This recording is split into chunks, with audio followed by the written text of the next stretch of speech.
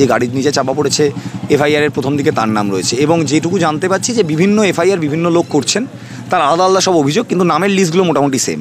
তো কাজে এটা খুব স্পষ্টভাবে আপনারাও বুঝতে পারবেন যে যাই ঘটে থাকুক না কেন, এটা খুব আশ্চর্য যে 18 বা 20 জন স্টুডেন্ট সব ঘটনাতেই একসাথে একই জায়গায় ছিলেন। এটা তো কমন সেন্স বলে যেটা হতে পারে না। যে মানে কেউ যদি কারোর বিরুদ্ধে কোনো অভিযোগ থেকে থাকে তাহলে তো সেটা নির্দিষ্টকরণ করা উচিত যে এই ব্যক্তি এই ঘটনা ঘটিয়েছেন, ওই ব্যক্তি ওই ঘটনা ঘটিয়েছেন। আমি নিজের মতো একটা করে অভিযোগ করতে থাকলাম এবং প্রত্যেকটাতেই একটা ফিক্সড 18, 20, 25 জনের নাম দিতে থাকলাম, তার মানে এটা বোঝা যাচ্ছে যে এটা একদম রাজনৈতিক উদ্দেশ্য প্রণোদিতে মিথ্যা মামলা দেওয়ার চেষ্টা হচ্ছে, স্টুডেন্টদেরকে হেনস্থা করার চেষ্টা হচ্ছে। যাদবপুরের বিরুদ্ধে এর আগেও রুখে দাঁড়িয়েছে, ভবিষ্যতেও রুখে দাঁড়াবে। আজকের জমায়েত, আজকের জনজোয়ার এর প্রমাণ যে মানুষ ভুল বুঝছেন না। তৃণমূল যাই বলুক না কেন, মানুষ সত্যিটা বুঝতে পারছেন এবং মানুষ আমাদের পাশে আছে। দেবে থাকুক না কেন, কীভাবে একজন শিক্ষামন্ত্রীর কনভয় 2 জন ছাত্রের ওপর দিয়ে চলে যায় এবং ইন্দ্রানুজের একটা চোখ চলে যেতে পারে, একটা পা চলে যেতে পারে, একটা নাটক করে একটা চোখ চলে যাবে, একটা পা চলে যাবে, মানে এই কথাগুলো যারা বলছেন, মানে তাদের বিরুদ্ধে ব্যক্তিগতভাবে মানে কোনো কথা বলতেই আমার মনে হচ্ছে যে মানে হয় না। যে মিথ্যে মামলাগুলো দেওয়া হচ্ছে স্টুডেন্টদের এগেনস্টে, সেই মামলাগুলো প্রত্যাহার করতে হবে। শাহিলকে যে গ্রেপ্তার করে রাখা হয়েছে তাকে অবিলম্বে নিঃশর্ত মুক্তি দিতে হবে। 1 তারিখে বাইরে থেকে তৃণমূলের লোকজন ঢুকে যে কাণ্ডটি ঘটিয়ে গিয়েছে তার বিরুদ্ধে ইউনিভার্সিটির তরফ থেকে আমরা চাইছি যে ইউনিভার্সিটি একটি অফিসিয়াল কমপ্লেন করুন লিগালি, যারা যারা এই কাণ্ডটি করেছেন তাদের বিরুদ্ধে। সেই কমপ্লেনের দাবি থাকছে।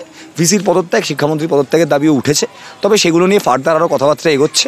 আমরা আপাতত এই বিষয়ে বলতে পারি যে মিথ্যে মামলা প্রত্যাহার, শাহিলের মুক্তি এবং তার সাথে হচ্ছে যে কর্তৃপক্ষ দায় নিয়ে যে তৃণমূলের লোকজনদের কারণে 1 তারিখের অনভিপ্রেত ঘটনা ঘটেছে তাদের বিরুদ্ধে যাতে একটি অফিসিয়াল কমপ্লেন লজ করা হয়, এই কটা দাবি আপাতত রেজলিউটেড। বাকি ফার্দার কথাবার্তা চলছে, সেখানে যা ডিসাইড হবে সেখান থেকে এগোনো হবে। সেখানে দাঁড়িয়ে লেখাপড়া করে যে গাড়ি চাপা পড়েছে, এটা ওই দিন বেরিয়েছিল 1 তারিখে।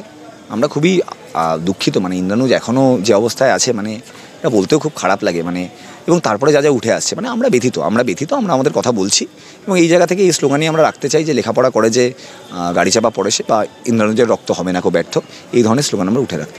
এই যে আপনারা আজাদি স্লোগান দিচ্ছেন, আজকের মিছিলেও সে আজাদি স্লোগান উঠেছে, এই নিয়েই তো যত আপত্তি। বিজেপির তরফ থেকে বারবার বলা হচ্ছে টুকরে টুকরে গ্যাং। শুভেন্দু অধিকারী বলছেন আমরা ক্ষমতায় আসলে 1 ঘন্টায় ঠান্ডা করে দেবো, ঠিক করে দেবো। হ্যাঁ, আচ্ছা, আজাদি স্লোগানটার ক্ষেত্রে একটু আমি বলতে চাই যে আজাদি স্লোগানটা মুভমেন্টের স্লোগান, ঠিক আছে, সেটা উঠতেই পারে, কেউ দিতে পারেন কেউ না দিতে পারেন। আচ্ছা, কী নিয়ে কথা বলা হচ্ছে যে পিতৃতন্ত্র সে আজাদি, মানে আমরা চাই একটা লিঙ্গ সাম্যের সমাজ যেখানে ছেলে মেয়েদের বিভেদ থাকবে না। আমরা বলছি কাস্টের বিরুদ্ধে, এই যে ভাগাভাগি, ধর্মীয় বিভাজন বা জাতের বিভাজন, তার থেকে আমরা মুক্তি চাইছি। আজাদি মানে তো মুক্তি। আমরা কি আজকে কি কোনো মানুষ মনে করেন যে ধর্মীয় ভেদাভেদ থাকা উচিত? বা কেউ কি মনে করেন যারা এটা বলছেন আজাদি স্লোগান, আজাদি ওয়ার্ডটা শুনলে তো হবে না, তার আগে কি আছে এটা বলতে হবে। কেউ যদি আজকে বলেন যে পিতৃতন্ত্র সে আজাদি, কেউ যদি বলেন যে কাস্ট সিস্টেম থেকে বাইরে বেরোতে চায়, কেউ যদি বলেন গুন্ডারাজ সে আজাদি, যে কোনো সভ্য মানুষের তো এটা ডিমান্ড, যে কোনো সভ্য মানুষের এটা ডিমান্ড যে কোনো জাত ধর্মের বৈষম্য থাকবে না, লিঙ্গের বৈষম্য থাকবে না, গুন্ডাগিরি থাকবে না, সমতা থাকবে। এটা তো যে কোনো মানুষের সামাজিক ডিমান্ড। একদমই সামাজিক একটা চাহিদা বা ডিমান্ড থাকবে। কিন্তু এই যে বিভিন্ন সময় তো আজাদি স্লোগানের সঙ্গে সঙ্গে কাশ্মীর মাঙ্গে আজাদি স্লোগান তো উঠেছিল। প্রশ্নটা বিজেপির তরফ থেকে এখানেই, যে কাশ্মীর মাঙ্গে আজাদি এই ধরনের শব্দ বা এই ধরনের স্লোগান কেন তারা মাঝে মধ্যে তোলে, আজকে উঠেছে কিনা আমি অন্তত শুনিনি। দেখুন, এইরকম ক্ষেত্রে ব্যাপারটা হচ্ছে যে ওই অ্যাগেন, মানে কোনো ব্যক্তি কোনো সংগঠন কাশ্মীর মাঙ্গে আজাদি বলে থাকতে পারে, সেটা তাদের ব্যাপার। মানে আজকে যাদবপুরের মুভমেন্ট থেকে হঠাৎ কাশ্মীর বা মণিপুরের প্রশ্ন আজকে এসছে বলে আমার মনে হয় না, ঠিক আছে। যদি যেন পুরোনো মুভমেন্টে এসে থাকে, কোনো একটা কনটেক্সটে এসছে, তারা বলেছেন, এবং সেখানে গিয়ে আজকে কাশ্মীর মণিপুর প্রশ্নগুলোকে টেনে এনে এটাকে অ্যাকচুয়ালি গুলিয়ে দেওয়ার চেষ্টা, মানে সোজা কথাটাকে সোজাভাবে না রেখে, যেখানে কথা হচ্ছে ইউনিয়ন ইলেকশন নিয়ে, কথা হচ্ছে ফান্ড নিয়ে, কথা হচ্ছে মানে টিচার নিয়োগ নিয়ে, তখন এইসব বলে ব্যাপারটা গুলিয়ে দেওয়ার চেষ্টা। এবং খুব স্পষ্টভাবে আমার একটা মনে হয় সমর্থন করেন যে এই যে যাদবপুরের ঘটনা এবং তার প্রেক্ষিতে আপনাদের যে আন্দোলন মিছিল, সেখানে কাশ্মীর মাঙ্গে আজাদি যদি স্লোগান ওঠে, সেটাকে কি আপনারা সমর্থন করবেন? দেখুন, এখানে দাঁড়িয়ে কোনো ব্যক্তিবিশেষ সেটা বলতেই পারেন, বাট এইটা বলতে পারি যে এই ঘটনা যে ঘটেছে তার যে মিছিল, সেখানে কাশ্মীর মণিপুরের প্রশ্ন তো আসেনি। কাজেই সেখানে যখন এই প্রশ্ন আসেনি, ডিসকাশন হয়নি, সেটা নিয়ে আমি এককভাবে বলবো না। তবে আমি মনে করি যে কোনো আন্দোলন স্পেসিফিক স্লোগানই ওঠা উচিত। যেমন আজকের আন্দোলনের স্লোগান ছিল কমরেড শাহিল আলীর মুক্তি চাই, স্লোগান ছিল মিথ্যে মামলা প্রত্যাহার করতে হবে, স্লোগান ছিল যে তৃণমূলের যারা এই কাণ্ডটি ঘটিয়েছেন তাদের বিরুদ্ধে লড়তে হবে। তো এইটাই স্লোগান ছিল। আমার মনে হয় যে কোনো গণ আন্দোলনই মানে এটাই, যে যেমন আরজি করের মেন স্লোগান ছিল উই ওয়ান্ট জাস্টিস। তো কাজেই তার সাথে অন্য অনেক স্লোগান উঠতে পারে, সেটা যারা তুলছেন তাদের ব্যাপার। এটা নিয়ে আলাদা করে এত কথা বলার কোনো মানে আছে বলে? হিমাংশু ভট্টাচার্য, তৃণমূল কংগ্রেসের নেতা, তিনি ফেসবুক পোস্টের মাধ্যমে দাবি করছেন, ভিডিও করে দাবি করছেন যে গাড়ির নিচে চাপা পড়ার ঘটনা আসলে একটা ফেক প্রোপাগান্ডা। আমি বলবো আপনি কেপিসির ডাক্তারদের সাথে কথা বলুন, ওদিনে উপস্থিত যে মিডিয়া আছে তাদের সাথে কথা বলুন। ওখানে যদি একটা যে ভিডিওতে দেখা যাচ্ছে গাড়িটা বাউন্স করে একজন মানুষের উপর দিয়ে চলে যাচ্ছে এবং তারপরে তার রক্তাক্ত দেহ আমরা দেখতে পাচ্ছি, সেটা যদি ফেক প্রোপাগান্ডা হয় তাহলে আমরা কি ফেক ওয়ার্ল্ডে বাস করছি না রিয়েল ওয়ার্ল্ডে বাস করছি, আমার প্রশ্ন রয়েছে। এরকম কথা কেউ যদি বলতে পারেন, মানে তার রুচিবোধ সম্বন্ধে প্রশ্ন জাগে এবং তার বিরুদ্ধে কোনো খারাপ কথা কটু কথা বলতে আমি চাই না। আমি আবার বলবো যে মানুষ বোকা নয়, যে সাধারণ মানুষ তারাই তো তৃণমূল সরকারকে নির্বাচিত করেছেন, তারা তৃণমূল সরকারের রূপ দেখছেন, তারাই ডিসাইড করবেন যে তার তৃণমূল সঠিক না যাদবপুরের ছাত্ররা সঠিক। এই যে দেবাংশু থেকে শুরু করে তৃণমূলের আইটি সেল, তৃণমূলের অন্যান্য নেতারা একের পর এক মন্তব্য করে যাচ্ছেন, এই বিষয়ে আপনাদের অবস্থান কি? আমাদের অবস্থান হচ্ছে যে আমরা আমাদের বক্তব্য নিজেরা নিয়ে যেতে চাই স্টুডেন্টদের কাছে, বাইরের মানুষদের কাছে। একটা প্রেস মিটের কথা হচ্ছে, আগামী 1-2 দিনের মধ্যে একটি প্রেস মিট করা হবে, সেখানে যাদবপুরের স্টুডেন্টরা নিশ্চয়ই নিজেদের বক্তব্য নিয়ে যাবে এবং আইটি সেল থেকে শুরু করে বিভিন্ন কাগজ ইত্যাদিতে নকশা, লতিবাম, মাওবাদী, হ্যান ত্যান অনেক কথা চলছে।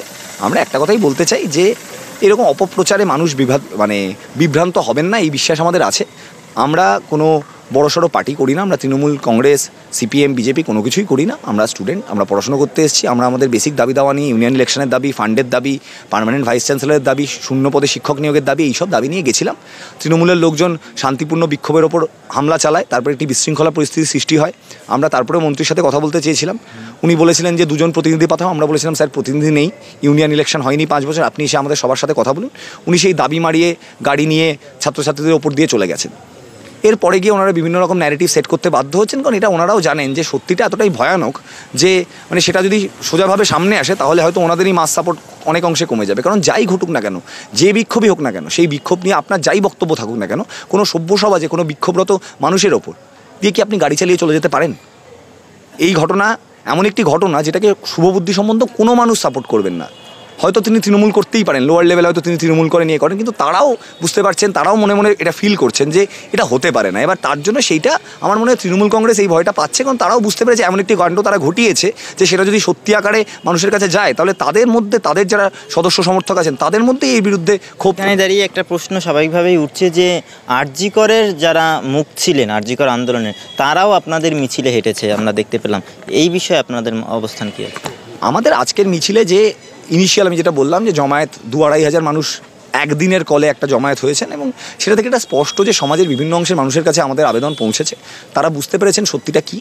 আমাদের শিক্ষকরা আমাদের সাথে আছেন, আরজি করের ডক্টররা, মেডিকেল কলেজ, প্রেসিডেন্সি, এরকম আরও অনেক কলেজের স্টুডেন্টরা, প্রাক্তনীরা মিছিলে হেঁটেছেন একসাথে। এটা বোঝাচ্ছে যে সত্যি ঘটনাটা কী।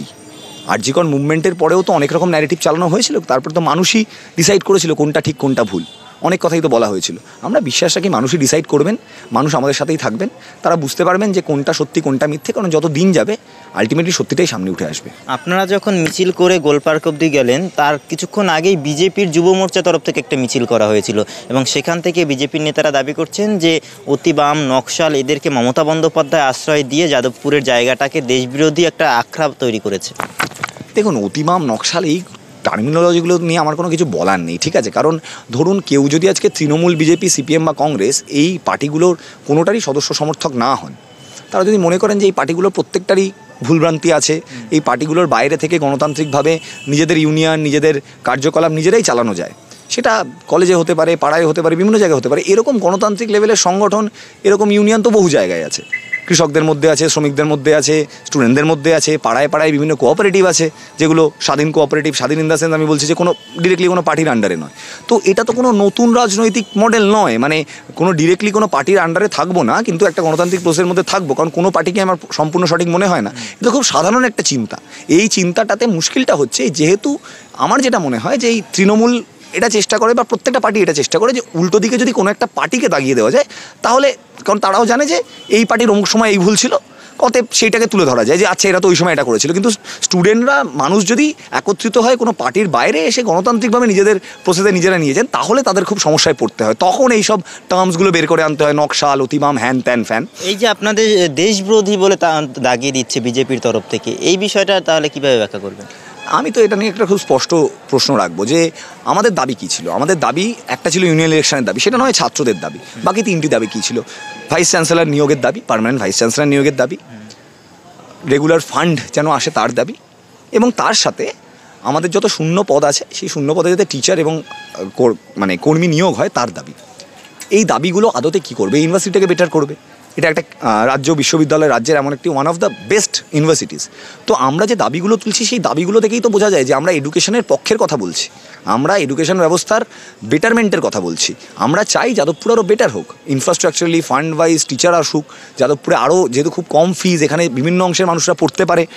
মানে যাদবপুর এমন একটা জায়গা যেখানে গরিব থেকে গরিবতর মানুষ এসে পড়াশোনা করতে পারে, সেই ইউনিভার্সিটি যাতে এত বেটার হয়, আরও বেটারভাবে চলে, যে বেহাল দশায় অ্যাডমিনিস্ট্রেশনে সেটা যাতে না থাকে, আমরা এই দাবি তুলেছি।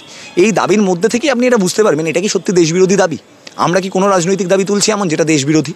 আমরা চাইছি একটা education department regularly, education institution আরও বেটার হোক। আমরা চাইছি 5 বছর ধরে ইউনিয়ন ইলেকশন হয়নি, সেই ইউনিয়ন ইলেকশন যত দ্রুত সম্ভব হোক, গণতান্ত্রিক পদ্ধতিতে ভোট হোক, তাতে গণতান্ত্রিকভাবে ছাত্রছাত্রীরা যে নিজস্ব বিভিন্ন ফ্রন্টের মাধ্যমে, সংগঠনের মাধ্যমে লড়াই করেন তারাও লড়ুক, তার সাথে তৃণমূল, বিজেপি, এসএফআই, মানে বিভিন্ন যে সংগঠন আছেন তারাও তো ফাইট করেন, ডেমোক্রেটিক ফাইট হয়, তার মধ্যে থেকে যাদের পক্ষে ছাত্রছাত্রীরা থাকবেন সেই বক্তব্য উঠে আসুক। আমরা তো কোনো অংশে কোনো কিছু চাপিয়ে দেওয়ার কথা বলছি না, আমরা কোনো অংশে কোনো কিছু এরকম কিছু বলছিও না যে এটা করতে হবে ওটা করতে হবে। আমরা তো বলছি গণতান্ত্রিক প্রসেসের কথা, আমরা বলছি ক্যাম্পাস বেটারমেন্টের কথা, ইনফ্রাস্ট্রাকচার বেটারমেন্টের কথা, ফান্ডের কথা। এই প্রত্যেকটা দাবি থেকেই আপনারা বুঝতে পারবেন এটা আসলে এই দেশকে সার্ভ করার কথা, দেশের বিরোধী কথা নয়। বরং যারা আমাদের দেশ বিরোধী বলছেন তারা কেন একটা পার্মানেন্ট ভাইস চ্যান্সেলর পাঠাতে পারেন না, তারা কেন বছরের পর বছর টিচার নিয়োগ করতে পারেন না, তারা কেন বছরের পর বছর সময় ফান্ড দিতে পারেন না? এটা তো তাদের দায়িত্ব, কেন্দ্রীয় সরকারের দায়িত্ব, রাজ্য সরকারের দায়িত্ব। তাহলে আমার তো প্রশ্ন এটা, যারা এত নিজেদের দেশের দেশপ্রেমিক বলেন, তাহলে দেশের একটা গভর্নমেন্ট ইউনিভার্সিটি যেখানে এত গরিব মানুষের, তারা গরিব মানুষের ঘর থেকে উঠে ছেলেমেয়েরা পড়াশোনা করে, সেটাকে বেটারভাবে চালানোর ক্ষেত্রে আপনারা বাধা সৃষ্টি করছেন কেন? আপনাদের সঙ্গে তো তৃণমূল কংগ্রেসের সেটিংয়ের কথা তুলে ধরছে তারা। দেখুন, ব্যাপারটা হচ্ছে যে তৃণমূল কংগ্রেসের সেটিংয়ের কথা বিজেপি কী বলছে আমি জানি না, ঠিক আছে? মানে আমি খুব স্পষ্টভাবে বললাম, যাদবপুর মূলগতভাবে এই মেন ধারার পার্টি পলিটিক্স থেকে বাইরে থাকে, সেখানে গিয়ে দাঁড়িয়ে তাই ওই আগেন, মানে এটা হচ্ছে ওই ব্যাপার যে মানে খাড়া করতে হবে, একটা কোনো তত্ত্ব খাড়া করতে হবে, কোনো একটা কিছু একটা বলতে হবে। তা এই মনে হয় না। শেষ করব তার আগে আমরা দেখেছিলাম 2014 সালে, মানে ভারতে অন্তত এই নন পার্টি মানে যে মুভমেন্টগুলো হয় তার মধ্যে অন্যতম একটা ছিল হোক কলরব আন্দোলন, সেটারই কি পুনরাবৃত্তি হতে চললো? দেখুন, 2014 হোক কলরবে যে ঘটনা ঘটেছিল, সেই ঘটনার থেকে 1 তারিখে যা ঘটেছে সেটা কোনো অংশে কম তো নয়, বরং অনেক মারাত্মক। মানে এরকমভাবে স্টুডেন্টদের ওপর দিয়ে শিক্ষামন্ত্রীর কনভয় চলে যাচ্ছে, একজন স্টুডেন্ট চাপা পড়ে রক্তাক্ত অবস্থা, এটা তো 2014-তে হয়েছিল বলে মনে হয় না। তারপরে একটা বিশাল বড় মুভমেন্ট হয়েছে, আমরা আশাবাদী যে মুভমেন্ট হবে, বড় হবে। আমি কোনো মুভমেন্টের সাথে কম্প্যারিজন টানতে বিশ্বাসী নই। 2014-র এক বাস্তবতা ছিল, আজকের বাস্তবতা অন্যরকম। এই বাস্তবতা দাঁড়িয়ে এত মানুষ সাথে আছেন, পাশে আছেন, এখনও আপনারা দেখতে পাচ্ছেন যে বড় একটা জেনারেল বডি মিটিং চলছে, মুভমেন্ট এগোবে। মুভমেন্টের কি নাম হবে, হোক কলরব 2.0 হবে নাকি অন্য কিছু হবে, এগুলো এত ইম্পর্টেন্ট বলে